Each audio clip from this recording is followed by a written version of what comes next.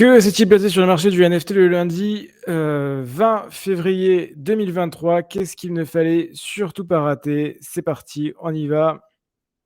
Avant ça, on n'oublie pas le petit pouce bleu vers le haut, le petit pouce bleu en bas de la vidéo. On s'abonne à la chaîne, on clique sur le lien dans la description pour tous ceux qui veulent apprendre à gagner de l'argent avec les NFT, pour ceux qui veulent faire gagner de l'argent avec les NFT.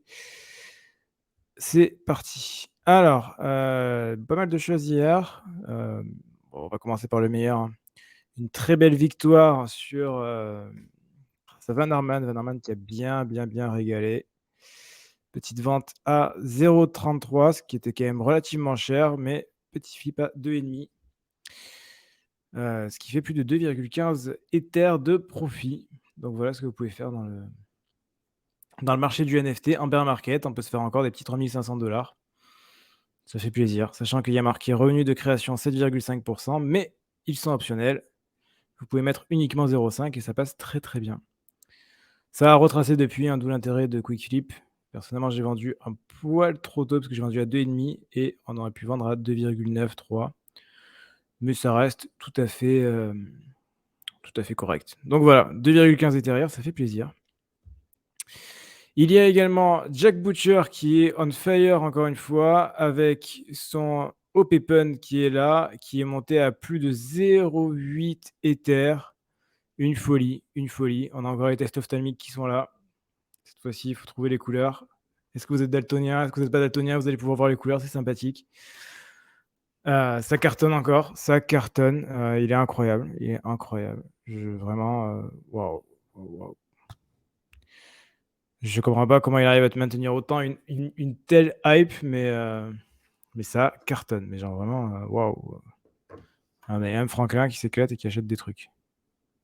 Je sais pas si c'est le vrai. Bon, ça a l'air. Ouais, vu les petits pingouins et tout ça, oui, ça a l'air d'être le vrai. Avec ses bordels derrière, il s'éclate. Ça m'éclate. Donc voilà, donc ça cartonne. Vous avez maintenant, regardez, vous avez des petits ronds avec des checks de couleur. Oh là là, rond rouge, checks blanc. Il y a peut-être des gens qui vont faire des spéculations là-dessus, qui vont regarder tout ça. Incroyable. Voilà. Ensuite, alors ça c'est dur. Ça, je m'en doutais un peu. Mais on a Moonbirds qui est en tendance ici et qui est en tête ici. Alors, ils sont pas en tendance parce que ça cartonne, hein. Ils sont en tendance parce que ça chute. Au final, une collection qui chute, ça fait beaucoup de ventes. Et si ça fait beaucoup de ventes, ça fait beaucoup de volume. Ça fait beaucoup de volume, ça part en tendance et ça part en tête. D'où le fait qu'il soit là, vu que c'est quand même relativement cher. Mais ça a plongé. Ça a clairement plongé. On est à 6,6 Ether de fleurs. Je crois qu'on était descendu encore un peu plus bas. Voilà. La courbe de Moonbird, c'est ça. Ça démarre. On monte à 28, 30, 32 Ethers de fleurs. Là, il y a encore un peu de confiance. Là, on est encore au top. Et là, la descente. La descente. Et ça s'arrête jamais. Ça ne s'arrête jamais. Des voix se sont élevées. Il y en a qui ont demandé, mais du coup, Kevin Rose, qu'est-ce que tu vas faire qu'est-ce que tu as fait pour les Moonbirds et qu'est-ce que tu vas faire? Il a répondu, si tu n'es pas prêt pour attendre, dans ces cas-là, tu peux partir. Merci, Kevin Rose. Du très lourd. Attendez, je vais essayer de retrouver ça parce que je trouvais ça quand même assez incroyable. Ah ouais, c'est là. Regardez-moi. Voilà. Aujourd'hui, j'ai demandé à Kevin Ross de m'expliquer en une phrase qu'est-ce qu'il était en train de construire. Sa réponse est. Voilà. En une phrase, peux-tu expliquer qu'est-ce que tu es en train de construire et en quoi ça va bénéficier en quoi la communauté des Moonbirds va en bénéficier? Je demande en tant que quelqu'un qui est. Ask about Blur Verbird. En tant que quelqu'un qui est pas trop, qui a envie de comprendre. Je te suggère de trouver un autre projet. Nous en parlerons plus le 2 mars.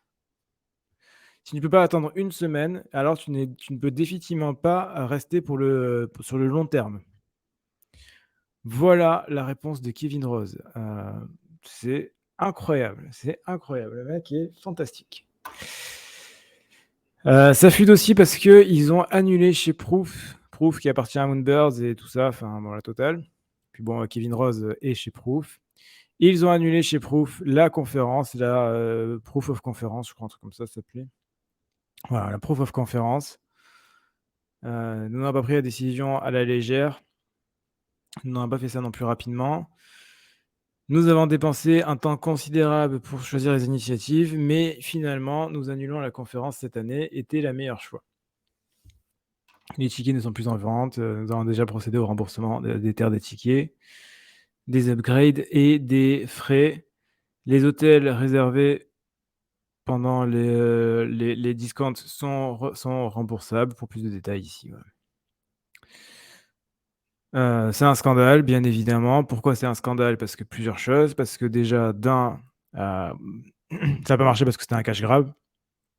1,5 Ether, je crois, la conférence. 1,5 Ether la conférence, 0,75 pour les Moonbirds. Vous avez dépensé 10 000 $ pour votre profile picture, vous avez le droit de dépenser de l'argent pour une conférence. Donc forcément, pas envie d'y aller. Et du coup, les Moonbirds, qu'est-ce qu'ils ont? Toujours rien. Enfin, c'est devenu une catastrophe. Je pense que Proof, c'est pareil, est en train de chuter. Déjà, ils étaient là à dire: «Ouais, on a plus d'argent, c'est compliqué». Heu, 15,65, c'était à 20 il y a pas longtemps, là, ça continue de descendre. Bon, c'est quand même extrêmement haut, mais c'est incroyable et encore Proof, je trouve ça de qualité. Hormis, en fait, en dehors de Kevin Rose, je trouve que le mec, la NFT statistique est très, très bon, j'aime beaucoup. Leur récap quotidien des NFT est plutôt très bon, beaucoup plus axé statistique que moi, ce qui est plutôt cohérent puisque le mec s'appelle NFT statistique. Mais globalement, c'est très, très bon. J'aime beaucoup ce qu'ils font. Chez Proof, c'est très bien. Chez Moonbirds, si quelqu'un peut me dire qu'est-ce qui s'est passé chez Moonbirds? Qu'est-ce qu'ils ont fait en 1 an? Absolument rien. Ils ont levé 70 millions et voilà. Ce que j'ai bien aimé aussi, j'ai vu Baudin qui a partagé, Pixelmon a fait plus en 1 an que Moonbirds. Ce qui est vrai. Ce qui est vrai en plus. C'est ce qui est assez incroyable, mais ce qui est vrai. Donc voilà, fantastique, fantastique. Bref, continuons. On a les Petits Pingouins. Les Petits Pingouins, eux, ils font des choses, eux, ils font le travail, eux, ils continuent et donc eux, c'est légitime et d'ailleurs, ils ont dépassé le floor des Moonbirds, je crois bien. En faisant un partenariat avec, des jouets pour, les détaillantes. Qu'est-ce qu'ils sont mignons. Pour leverage l'IP et les opportunités de licence avec Retail Monster. Regardez, ils font des vraies vidéos avec des petits pingouins qui sont extrêmement mignons. C'est fantastique. Ils sont tellement mignons ces petits pingouins. Voilà, eux, ils font le taf. Eux, ils sont là. Retail Monster, on a des choses, c'est clair, c'est carré, on comprend ce qui se passe, on comprend qu'il y a des royalties, on comprend qu'ils font le taf. Voilà, Lucanets, il bosse. Bon, il a fait la pleureuse parce qu'il y avait plus de royalties, mais au-delà de ça, il bosse. Voilà, 6 Ethers de floor price. Voilà, donc du très, très lourd. Et enfin, Webaverse. Webaverse, je m'en souviens avec plaisir parce que c'était un très beau flip, ça, Webaverse. Webaverse, c'est le métaverse, décentralisé, un peu le vrai, le open source, le bien foutu, c'est le métaverse des Mibits, quoi, celui dont tout le monde s'en branle, mais qui est vraiment décentralisé. Eh bien, ils sont en train de faire des personnages, bah, du coup, ce qui est normal pour leur métaverse et ils font ça en intelligence artificielle puisque c'est la tendance du moment. Et donc vous avez AI Character Studio pour pouvoir faire vos personnages en AI. Là, sachant que l'intelligence artificielle en ce moment, c'est extrêmement tendance. Il y a une cote monstrueuse sur l'intelligence artificielle. Hem, pour ceux qui ne savent pas, les drops de chez Braindrops cartonnent en ce moment, notamment le dernier là, celui avec les photos, qui a quand même fait un 0,1 tout 15 Ethers de flore. Je crois qu'on est à bon, on est à 9, mais ça reste incroyable. 0,1 tout 9, ça reste monstrueux. Voilà, c'est des images en intelligence artificielle. Voilà, ça c'est de l'art. Regardez, c'est une photo et puis vous avez des mains toutes seules et donc ça, c'est de l'art. Voilà. Bon, je j'ai encore un peu de mal avec l'art, hein, mais j'apprends tous les jours. Vous avez une super série d'ailleurs que je suis en train de faire qui s'appelle Un jour un artiste et en ce moment, je fais une spécialisation sur, les artistes intelligence artificielle. Je vais également, essayer d'être encore un peu plus connu sur Twitter et passer notamment, du côté artiste pour utiliser les outils AI de mes, collègues artistes AI pour pouvoir voir un petit peu, commencer à expérimenter, commencer à créer ma petite histoire, mon lore, tout ce qui va bien, pour devenir moi aussi un artiste AI et faire des drops à 333 Ethers de profit. Et après gueuler en disant: «Ah, mais il y a plus les royalties». Ce sera fantastique. Voilà, c'est tout pour aujourd'hui.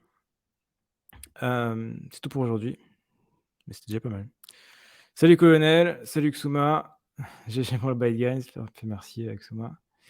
Une explication aux tendances haussières de tout le marché, ça fait très longtemps que je n'avais pas regardé. Oui, Octave, l'explication est très simple. La semaine dernière, c'est-à-dire le 14 février, donc il y a une semaine tout pile, il y a eu le airdrop de Blur, un airdrop absolument fantastique qui a surpris tout le monde par la quantité de tokens reçus. J'ai personnellement reçu plus de 7 000 $, donc c'était quand même énorme. Je ne m'attendais pas à autant. Et les très gros, les Waze, ont reçu du 500 000, 600 000, 700 000 $, voire quasiment 1 million de dollars. Ce qui fait que forcément, ça s'est répercuté sur l'ensemble du marché. Tout le monde a envie de trader. Et en plus de ça, il y a un nouveau modèle qui est que Blur apporte énormément de liquidité au marché via son modèle de bid. Ce qui fait que on se retrouve avec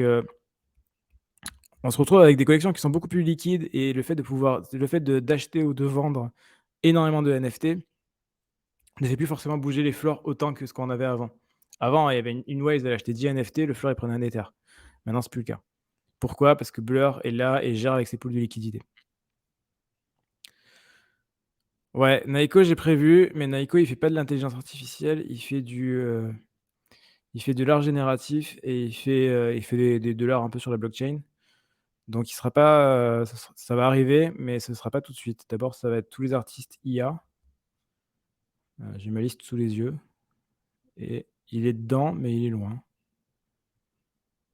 Ouais, il est très, très loin. Ouais, ce sera pas tout de suite. Si je la fais, ce sera dans longtemps.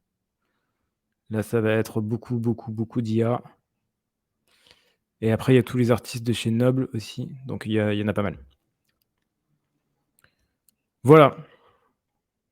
Du coup, c'est tout pour aujourd'hui. Merci beaucoup d'avoir regardé cet épisode. On se retrouve dès demain pour un prochain point quotidien. D'ici là, portez-vous bien, faites de l'argent et à la prochaine.